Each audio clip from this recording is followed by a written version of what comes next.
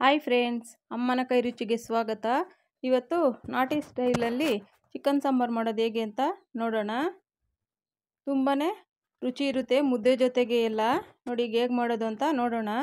ನೋಡಿ ಈ ಥರ ಒಂದು ಪ್ಯಾನ್ ಇಟ್ಕೊಂಡು ಸ್ವಲ್ಪ ಎಣ್ಣೆ ಹಾಕ್ಕೊಳ್ಬೇಕು. ನೋಡಿ ಈರುಳ್ಳಿ 2 ಈ ಥರ ಕಟ್ ಮಾಡಿಕೊಂಡ್ರೆ ಸಾಕು. ಒಣಮೆಣ್ಸಿನ್ಕಾಯಿ ಖಾರಕ್ಕೆ ನೋಡಿಕೊಂಡು ಹಾಕ್ಕೊಳ್ಬೇಕು. ನೋಡಿ ಶುಂಠಿ ಬೆಳ್ಳುಳ್ಳಿ, ನಾನಿಲ್ಲಿ 2 ಬೆಳ್ಳುಳ್ಳಿ ಒಂದು ಸ್ವಲ್ಪ ಶುಂಠಿ ತೊಗೊಂಡಿದ್ದೀನಿ.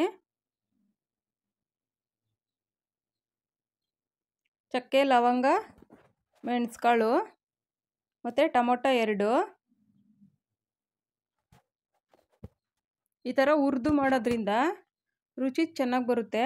ಪುದೀನ ಸ್ವಲ್ಪ ನೋಡಿ ಇದೆಲ್ಲ ಹಾಕಿ ಚೆನ್ನಾಗಿ ಹುರ್ಕೊಳ್ಬೇಕು.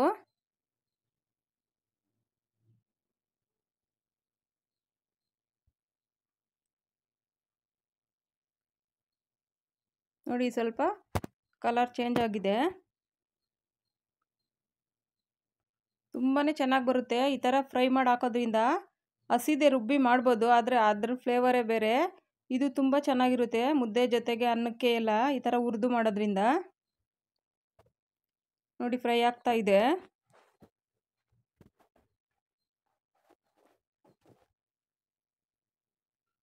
ನೋಡಿ ಇಷ್ಟಾದರೆ ಸಾಕು. ಈಗ ಇದಕ್ಕೆ ಕಾಯಿ ತುರಿ, ಸ್ವಲ್ಪ ಹಸಿಕಾಯಿ ಮಿಕ್ಸಿಗೆ ಹಾಕಿ ಪೌಡ್ರ್ ಮಾಡ್ಕೊಂಡಿದ್ದೀನಿ. ಕೊತ್ತಂಬರಿ ಸೊಪ್ಪು ಈ ಥರ ಕಟ್ ಮಾಡಿ ಹಾಕ್ಕೊಂಡು ಆ ಬಿಸಿನಲ್ಲೇ ಸ್ವಲ್ಪ ಈ ಥರ ಎಲ್ಲ ತಿರುಗಿಸಿದ್ರೆ ಚೆನ್ನಾಗಿ ಫ್ರೈ ಆಗುತ್ತೆ. ಧನಿಯಾ ಪೌಡ್ರು ನಾನಿಲ್ಲಿ 2.5 ಚಮಚ ಹಾಕಿದ್ದೀನಿ. ಹುರ್ಗಡ್ಲೆ ಸ್ವಲ್ಪ. ಸ್ಟವ್ ಆಫ್ ಮಾಡಿಬಿಡ್ಬೇಕು ಇವೆಲ್ಲ ಹಾಕಿದಾಗ. ಆ ಬಿಸಿನಲ್ಲೇ ಚೆನ್ನಾಗಿ ಈ ಥರ ಮಿಕ್ಸ್ ಮಾಡಿದ್ರೆ ಚೆನ್ನಾಗಿ ಫ್ರೈ ಆಗುತ್ತೆ.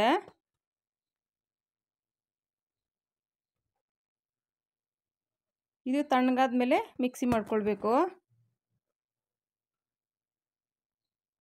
ಈ ಥರ ಫ್ರೈ ಮಾಡೋದ್ರಿಂದ ಧನಿಯಾ ಪೌಡ್ರ್ ಎಲ್ಲ ಹಾಕಿ ಅದು ಒಂಥರ ರುಚಿ ಚೆನ್ನಾಗಿ ಬರುತ್ತೆ. ನೋಡಿ ತಣ್ಣಗಾಗಬೇಕೀಗ.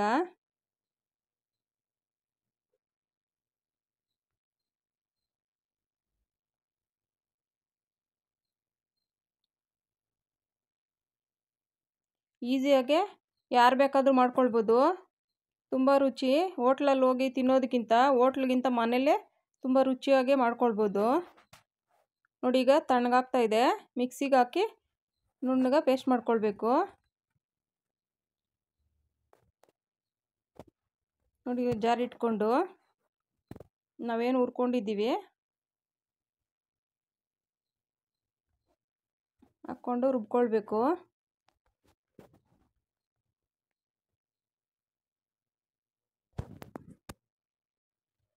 ನೋಡಿ ರುಬ್ಬಿದಾಗಿದೆ. ಈಗ ಸ್ಟವ್ ಮೇಲೆ ಒಂದು ಕುಕ್ಕರ್ ಇಟ್ಕೊಂಡು ನೋಡಿ ಚಿಕನ್ ಹಾಕಿದ್ದೀನಿ ನಾನು. ಅದಕ್ಕೆ ಎಣ್ಣೆ ಏನು ಹಾಕೋ ಅವಶ್ಯಕತೆ ಇಲ್ಲ. ಹಾಗೆ ಮಾಡಿದ್ರೂ ತುಂಬಾ ಚೆನ್ನಾಗಿರುತ್ತೆ. ನಾನು ಎಣ್ಣೆ ಹಾಕಲ್ಲ. ಅದರಲ್ಲೇ ಕೊಬ್ಬಿನಾಂಶ ಇರುತ್ತೆ, ಅದರಲ್ಲೇ ಎಣ್ಣೆ ಬಿಟ್ಕೊಳ್ಳುತ್ತೆ. ನೋಡಿ ಅರಿಶಿನ ಸ್ವಲ್ಪ. ಅರಿಶಿನ ಹಾಕೋದ್ರಿಂದ ಚಿಕನ್ದು ಅದ್ರ ಸ್ಮೆಲ್ ಸ್ವಲ್ಪ ಕಡಿಮೆ ಆಗುತ್ತೆ. ನೋಡಿ ಉಪ್ಪು ರುಚಿಗೆ ತಕ್ಕಷ್ಟು.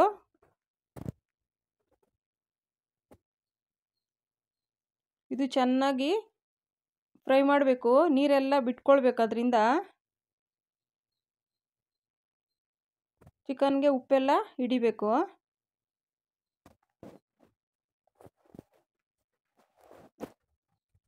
ಒಂದು 2 ನಿಮಿಷ ಕಾಲ ಒಂದು ತಟ್ಟೆ ಮುಚ್ಚಿ ಚೆನ್ನಾಗಿ ಕುದಿಸ್ಬೇಕದು.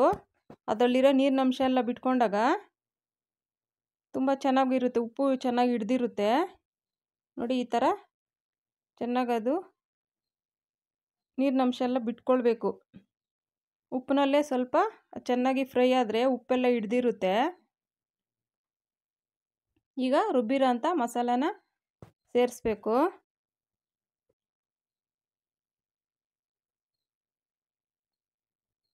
ನೋಡಿ ಈಗ ಎಷ್ಟು ಬೇಕೋ ನೋಡಿಕೊಂಡು ನೀರು ಹಾಕ್ಕೊಳ್ಬೇಕು.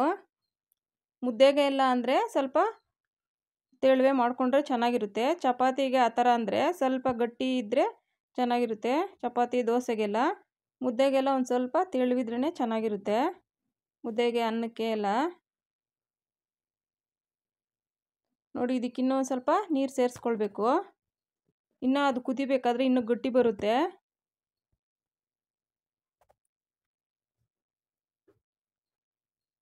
ನೋಡಿ ಅದಕ್ಕೆ ಬಂದರೆ ಅದು ಕುದ್ದಾಗ ಇನ್ನೊಂದು ಸ್ವಲ್ಪ ಗಟ್ಟಿಯಾಗುತ್ತೆ, ಆವಾಗ ಸರೋಗುತ್ತೆ.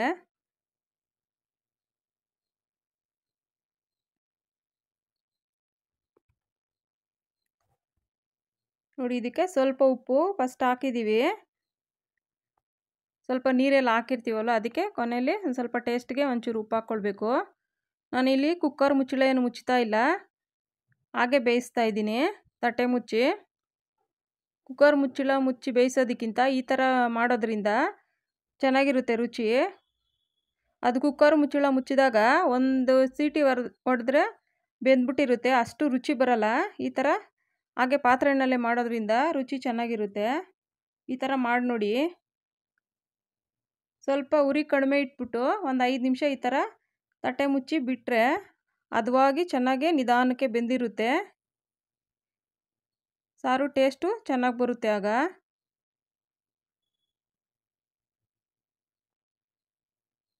ನೋಡಿ ಮಧ್ಯದಲ್ಲಿ ಒಂದು ಸರಿ ಈ ಥರ ಕೈ ಆಡಿಸ್ತಾ ಇರಬೇಕು.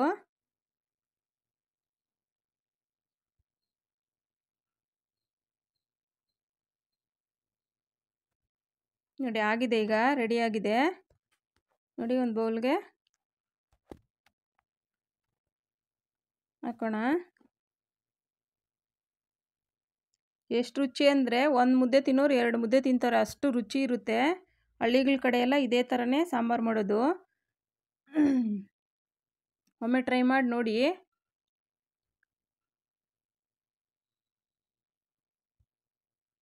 ಈಗ ಚಿಕನ್ ಸಾರು ರೆಡಿ.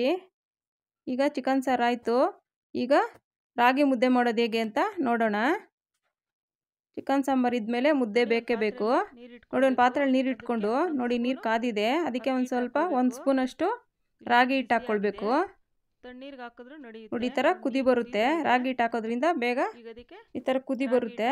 ಈಗ ಅದಕ್ಕೆ ರಾಗಿ ಹಿಟ್ಟು ಹಾಕಿ ರಾಗಿ ಹಿಟ್ಟು ಜಾಸ್ತಿ ಹಾಕ್ಬಿಟ್ರೆ ಆ ಥರ ಕುದಿ ಬಂದಮೇಲೆ ಸ್ವಲ್ಪ ಉರಿ ಕಡಿಮೆ ಇಟ್ಕೊಳ್ಬೇಕು. ನೋಡಿ ಈ ಥರ ರಾಗಿ ಹಿಟ್ಟು ಹಾಕಿ ಒಂದೇ ಸರಿನೇ ಈ ಥರ ತಿರುಗಿಸ್ಬೇಕು. ನೀವು ಸೆಂಟ್ರಲ್ಲೆಲ್ಲ ತಿರ್ಗ್ಸಕ್ಕೆ ಹೋಗ್ಬಿಡಿ, ಗಂಟಾಗ್ಬಿಡುತ್ತೆ. ನೋಡಿ ಹಾಕಿದ್ಮೇಲೆ ಒಂದೇ ಸರಿ ರಾಗಿ ಹಿಟ್ಟು ಹಾಕಿ ಈ ಥರ ತಿರುಗಿಸಿದ್ರೆ ಗಂಟಾಗಲ್ಲ, ಏನಿಲ್ಲ, ಒಂದೇ ಹದವಾಗಿ ನೀಟಾಗಿ ಮುದ್ದೆ ಸಾಫ್ಟಾಗಿ ಚೆನ್ನಾಗಿ ಬರುತ್ತೆ. ನೋಡ್ಕೊಳ್ಬೇಕು, ತಿರುವಾಗೆ ಗೊತ್ತಾಗುತ್ತೆ. ನೋಡಿ ಇದು ಹದ ಕರೆಕ್ಟಾಗಿದೆ, ಗಟ್ಟಿಯಾಗುತ್ತಾ ತೆಳುವಾಗುತ್ತಾ ಅಂತ. ನೋಡಿ ತಟ್ಟೆ ಮುಚ್ಚಿ ಒಂದು 2 ನಿಮಿಷ ಬಿಡಬೇಕು. ನೋಡಿ ಆಗಿದೆ. ಈಗ ಚೆನ್ನಾಗಿ ನಾದ್ಕೊಳ್ಬೇಕು. ಈ ನಾದದ್ರಿಂದನೇ ಮುದ್ದೆ ಸಾಫ್ಟಾಗಿ ಬರೋದು. ನೀವು ಎಷ್ಟು ಚೆನ್ನಾಗಿ ಮುದ್ದೆ ನಾದ್ತಿರೋ ಅಷ್ಟು ಚೆನ್ನಾಗಿ ಸಾಫ್ಟಾಗಿ ಬರುತ್ತೆ. ಅದಕ್ಕೆ ತಕ್ಕಂಗೆ ಮುದ್ದೆನ ಚೆನ್ನಾಗಿ ಬೇಯಿಸ್ಬೇಕು. ಸ್ವಲ್ಪ ಲೋ ಫ್ಲೇಮ್ ಇಟ್ಕೊಂಡು, ಸಿಮ್ ಬೇಡ, ಸಿಮ್ಗಿಂತ ಇನ್ನೊಂದು ಚೂರು ಇಟ್ಕೊಂಡು ಆ ಉರಿನಲ್ಲಿ ನೀವು ಮುದ್ದೆನ ಬೇಯಿಸಿದ್ರೆ ತುಂಬ ಚೆನ್ನಾಗಿ ಸಾಫ್ಟಾಗಿ ಮೃದುವಾಗಿ ಹತ್ತಿ ಥರ ಬರುತ್ತೆ. ಅದು ಚೆನ್ನಾಗಿ ನಾದ್ಕೊಳ್ಬೇಕು. ನಾವು ಮುದ್ದೆ ಮುಟ್ಟಿದಾಗ ಕೈಗೆ ಅಂಟಬಾರ್ದು, ಆ ಥರ ನಾದಿದಾಗ ಮುದ್ದೆ ಚೆನ್ನಾಗಿ ಬರುತ್ತೆ. ಮೆಥಡ್ ನೋಡ್ಕೊಳ್ಬೇಕು ಯಾವ ಥರ ಅಂತ. ಹೊಸದಾಗಿ ಈ ಥರ ಚೆನ್ನಾಗಿ ನಾದ್ಕೊಂಡು ತುಂಬ ಈಸಿ ಆಗುತ್ತೆ. ಮತ್ತೆ ಒಂದ್ಸರಿ ಬೇಯಿಸೋಕ್ಕೆ ಇಡಬೇಕು ತಟ್ಟೆ ಮುಚ್ಚಿ. ನೋಡಿ ಈ ಥರ ನಾದ್ಕೊಂಡ್ಮೇಲೆ ಇನ್ನೊಂದು 2 ನಿಮಿಷ ಆ ಥರ ಬಿಟ್ಟರೆ, ಈ ಥರ ನಾದ್ಬಿಟ್ಟು ತಟ್ಟೆ ಮುಚ್ಚಿ ನೋಡಿ ಈ ಥರ ಬಿಟ್ಟು 2 ನಿಮಿಷ ಆದಮೇಲೆ ಅದು ಚೆನ್ನಾಗಿ ಆಗಿರುತ್ತೆ.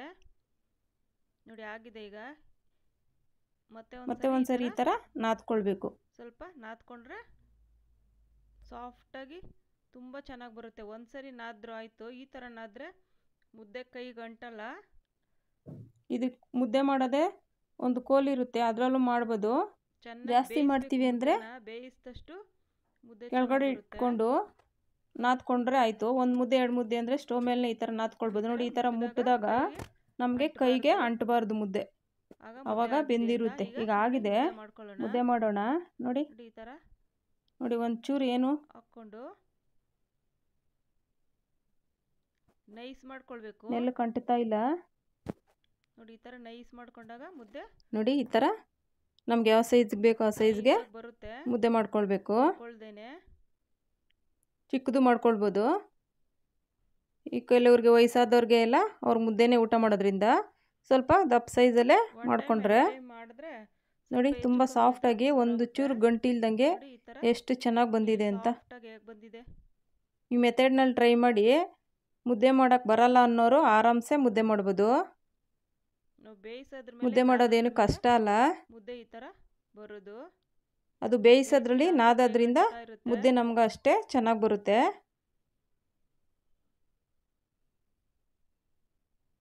ವಯಸ್ಸಾದವ್ರಿಗೆ ಹಳೆ ಕಾಲದವ್ರಿಗೆಲ್ಲ ಮುದ್ದೆ ಊಟನೇ ತುಂಬ ಇಷ್ಟಪಡೋದವರು. ನೋಡಿ ಒಮ್ಮೆ ನೀವು ಟ್ರೈ ಮಾಡಿ ನೋಡಿ. ನೀವು ಆರಾಮ್ಸೆ ಈಸಿಯಾಗಿ ಮಾಡ್ಕೊಳ್ಬೋದು. ನೋಡಿ ಮೃದುವಾಗಿ ಸಾಫ್ಟಾಗಿ ತುಂಬ ಚೆನ್ನಾಗಿ ಬಂದಿದೆ. Thank you friends.